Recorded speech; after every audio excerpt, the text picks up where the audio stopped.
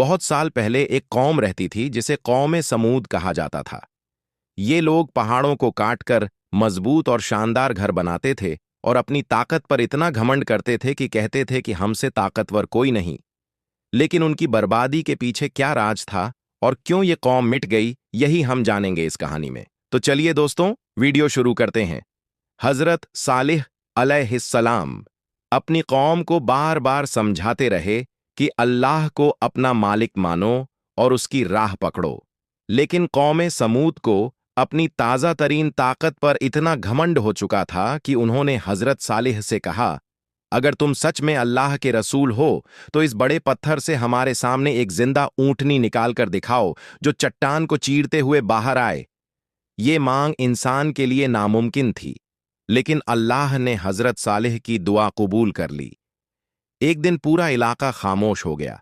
वो विशाल चट्टान हल्की सी हिली, फिर उसमें दरार पड़ी और अचानक उसमें से एक रोशन, खूबसूरत, अल्लाह की निशानी जैसी ऊंटनी बाहर निकली। ऐसी ऊंटनी जिसे दुनिया ने पहले कभी नहीं देखा था।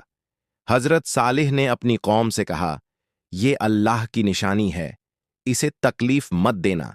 एक दिन पानी इसका होगा और एक दिन तुम्हारा। अगर किसी ने इस ऊंटनी को नुकसान पहुंचाया तो अल्लाह का अजाब आएगा। लेकिन जिद्दी लोग कहाँ मानते हैं।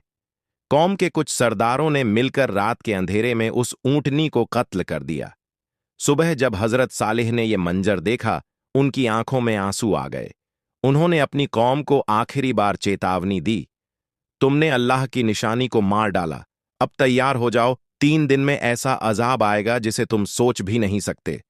पहले दिन उनके चेहरे पीले पड़ गए, दूसरे दिन लाल, तीसरे दिन काले हो गए, और फिर तीसरी रात आसमान से एक इतनी डरावनी, दिल हिला देने वाली तेज चीख उतरी कि हर इंसान वहीं जम गया। दिल फट गए और सांसें थम गईं। उनकी ताकत, उनके पत्थर के घर, उनका घमंड, सब कुछ मिट्टी में मिल गया और इस तरह कौम समूद पूरी तरह खत्म हो गई। इस कहानी से दुनिया को एक ही सबक मिला, जो लोग सच को ठुकरा दें और घमंड में डूब जाएं, उनकी मंजिल सिर्फ और सिर्फ तबाही होती है।